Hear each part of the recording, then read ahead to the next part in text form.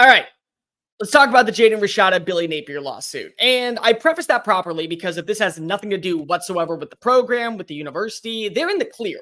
This has everything to do with the head coach going into a monstrous year 3 with the schedule straight from college football hell itself, and the former Florida commit that now actually is playing at Georgia and may end up not only getting his money, but also beating the Gators in the process in the not so distant future.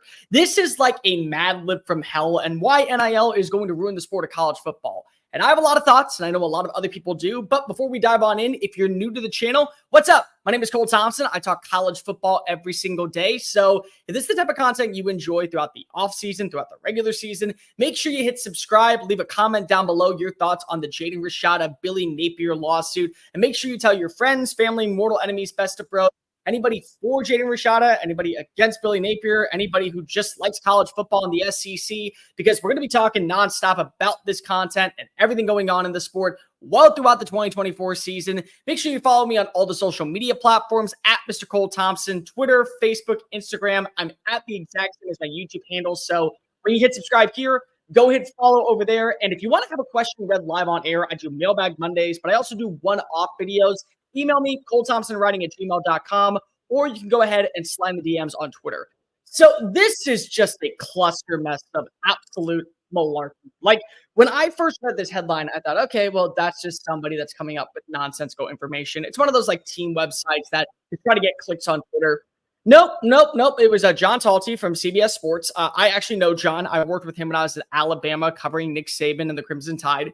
He is well connected. He is well sourced. This is not a story that just came out of the blue and thought that eventually would catch fire and get Billy Napier fired. No, this is legit reporting that has been going on for probably several months. So let's go back to the way beginning and then work our way to what actually is going on now. So do you remember back when the NIL era was first starting out and there were no rules, there were no regulations, we didn't really have a baseline about what was going to be determined actual profit? Well, Jaden Rashada was reportedly committed to Miami. This is from the report itself by John Talty. You want to go ahead and check it out. It's on cbssports.com. He reportedly had a deal in place of NIL worth $9 million.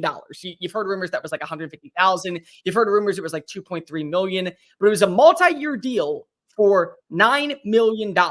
And then Florida, they really want him. They thought that he was the best quarterback in the class. They were all high on him. They believed that he was going to be a difference maker, really good fit for Billy Napier's offense. And so a Nigerian prince, my bad, not a Nigerian prince, a booster, but they might as well just be the exact same, said, you know what? We're going to go all in for him. We're going to make sure that we get this kid. I'm going to offer him $13.8 million to come and play for the Gators. And like any 18-year-old would do, any 30-year-old would do, like yours truly, any 50-year-old would do, you would take the money and run. And so he committed at that point to Florida, left Miami behind, and then everyone realized this is not going to happen. The guy got cold feet, like every Nigerian prince does whenever they say, here's your credit card information. I'll give you the number later on a date. And then everyone goes, well, you know what? Here's what we're going to do. Just sign on the dotted line and we'll give you $1 million right now. And then what's going to happen is we'll get you your money later on. Well, he signs on the dotted line. He becomes a Gator, realizes he's not getting any of that money, and then says, I would like to leave this program. Had no intention of coming here to begin with. I came here for the money. He goes, he joins Arizona State with Kenny Dillingham, leaves on good terms with him, and now he's at Florida. Now he's at Georgia. And he's hopefully going to be the heir apparent to Carson Beck in 2025. He's going to compete with Gunnar Stockton. And then he files a lawsuit, which is mind-boggling because of this is just a rivalry added on to the rivalry between Billy Napier and Jaden Rashada. Because if you read the little comment in the middle of the article, it's like lost in translation. You have Kirby Smart approving of this. If that does not scream college football royalty and loyalty beyond belief when it comes to rivalries, nothing else will. True Georgia fashion going after the Gators. And now here's where we stand. You have a lawsuit. You're going to have to be able to bring this to court. You have Rusty Hardin on the case. And for those of you that don't know who Rusty Hardin is, he did the Roger Clemens scandal back in the steroid era. Recently, he was in the headlines for going against Tony Busby with the Texans, Deshaun Watson sexual assault scandal. And the guy knows how to at least get deals done. He may not always win the case, but he knows how to get to settlements. And settlements might be exactly what Jaden Rashada is looking for. So where are we right now when it comes to this?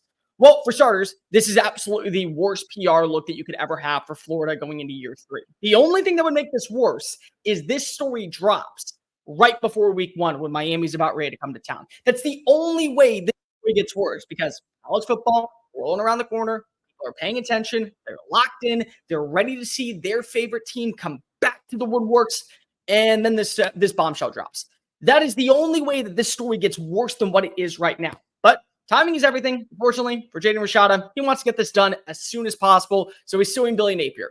Now, why this is important? Well, I believe that in the world of college football, this is actually going on. This has been going on for a while. Now it's legal. Like, remember back in the day when you used to be able to get the McDonald's bag filled with money and just call it even? Yeah, well, unfortunately, that's not the case anymore. And it will never be the case anymore because now with the legalization of being able to buy players and profit off your name, they're going to want informed writing. There's the key. You have an informed writing because you have a lawsuit. Lawsuits are one thing, but can you prove it? Can you actually come out and be able to say, this is what was told to me. I have it in person to where I will be able to prove it in a court of law. If not, it's a moot point. It is. It's a he said, she said kind of moment. And at some moment, all I'm hoping for is you just to be able to come walk away with some disagreement. Now, do I think it's right? No. If Billy Napier actually did agree, and there is in the documents from the court case that says Billy Napier and the Florida staff told the Rashada family that they would make sure he got his money. Only to find out, that was just a lie. We want him on campus. We were always never going to pay him. If that's the case, that is 100% wrong. Not only is it a bad look for Florida and a bad look for Billy Napier, but that is a fireable offense. And now you got to give this kid his money because if he has earned it.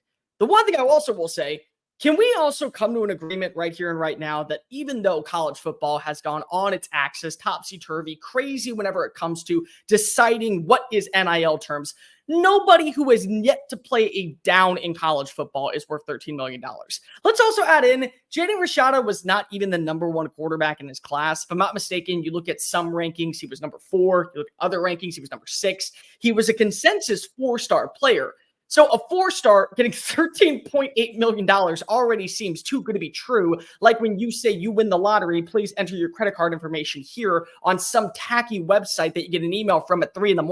It's the exact same thing. Like, I already have a problem with some people saying that Johnny Manziel was worth $300 million to come back for one more year in Kyle Field, or that Cam Newton was worth $12 million to come back. I already just find that astronomically insane because if you don't even see those type of deals happen in a 1-year contract at the next level. But much like we talk about with the transfer portal, the reason why you're willing to spend a little bit more money on those players, maybe it's $800,000, maybe it's $1.2 million, maybe it's $2.5 million, is because they're proven. Like, people want to go ahead and crap on Cam Ward and Will Howard because of what they did at their former schools, but you do realize I know what I'm getting in them. I understand what those two are going to bring to my offenses. I get why Miami was willing to pay an egregious amount to keep Cam Ward from going to the NFL and why Ohio State wanted to upgrade a quarterback, so they made Will Howard an offer he couldn't refuse. Because if you know what they're going to bring, you know what they are. Yeah, it's just the same as the NFL. And since we're going down the NFL model, that's what's going to be the new norm with this thing, is that you're going to see more players get these lucrative contracts. You're going to see these players get these long-term deals, multiple year deals. And the crazy part of all of that, it should be the transfers, because much like when you're a rookie going into the league, you have the rookie minimum. You have what is expected based off your draft status. But then contract's up.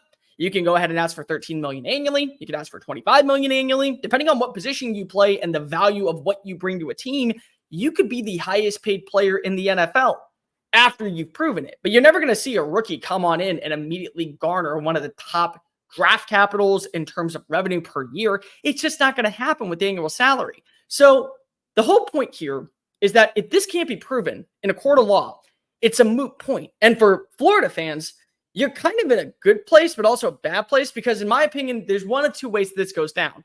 The first is Florida struggles. They immediately realize, well, Billy Napier is not the right coach. Now we're going to do a little bit more digging into this. We're going to see that there is just cause to fire him. And then when we actually let him go, the buyout, there'll be justification to where we don't owe him anything. So we can start affording another coach with that type of contract. We can start looking at other people that might be able to bring in a bigger staff, a more sustainable staff. And at the same time, let's just say Florida goes off this year. Like, let's say that Graham Mertz has an immediate renaissance. He actually lives up to what he was supposed to be for Wisconsin. Chimere Dike comes on in. You just get Elijah Badger from Arizona State, and they crush it as a 1-2 combination with Trey Wilson in the slot. Plus, you still have a good running back room. Your defense is completely revamped. And then you end up going like 10-2. Well, at that point, they're going to want to keep Billy Napier happy. So they're going to do everything possible to go into a settlement with Rusty Hardin, which is, I think, honestly, what he's looking to do because he's done it with Roger Clemens. He did it with Deshaun Watson. Why wouldn't he do it with Jaden Rashada? It's the exact same thing. So you're going to sweep this under the rug and you're going to call it a day. And if you're Jaden Rashada, you're kind of actually hoping that maybe Florida is a little bit better this year, because if you want Billy Napier to stay, you want Billy Napier to prove that he is the long-term coach. You want Billy Napier to prove to everybody that he actually is the right person in Gainesville. And if that's the case, you are going to walk away with some profit. There are a few things that I will say. Number one, the whole Jaden Rashada situation whenever it comes to Florida, regardless of what was offered by who, I think if I'm not mistaken, the guy's actual name was Hugh Hathcock, was the booster that was going to be the one to offer him a deal. The bottom line is that if players are able to break out of contracts the way that coaches are, it should be legal. It should be legal. However, much like you're hearing, if Jaden Rashada is able to sue Billy Napier after an NIL contract, the one that he signed on the dotted line and said, I'm going to play for this university, wouldn't Billy Napier be able to do the exact same thing? And that's going to be legal very soon in college football. It's going to be a head case for any SID, any athletic director. It's going to be absolutely bonkers for anybody to think that this is possible. But wouldn't it be fair? Wouldn't it actually be fair to see a coach be able to go after a player if they break their contract? Because all we hear about is loyalty, loyalty, loyalty, loyalty. Coaches leave in the middle of the night, thus ruining the transfer portal because they're ridding of talent that came in to play for them. Yeah, you would feel that way possibly, but at the same time, wouldn't you also feel better if you just kind of had this out in the open? And maybe this is exactly what's needed, to be able to realize very quickly, I can't do this. Other coaches are going to be paying attention to what's going on. Did I say something properly to a recruit when they came into my building? Because I don't want to be having egg on my face like Billy Napier does right now. I don't want to be put in a situation where I'm going to have to deal with the consequences and legal attributions to where not only my name could be smeared, not only where I may not coach again in college football, but I might be out of a job and not even get a buyout because of things that were said either by me, by my collective that I approved of, by somebody that was close to my camp and I approved that saying. It's going to be a big deal. It is. Again, at the end of the day, none of this matters in terms of a legal standpoint, unless you're able to actually prove it in a court case, unless you're able to bring to an actual judge factual findings that will say, he promised me this. You're not going to see a cent of it unless you settle. And at the settling point, you still need to be able to have Billy Napier go on an epic run in 2024 to get that money.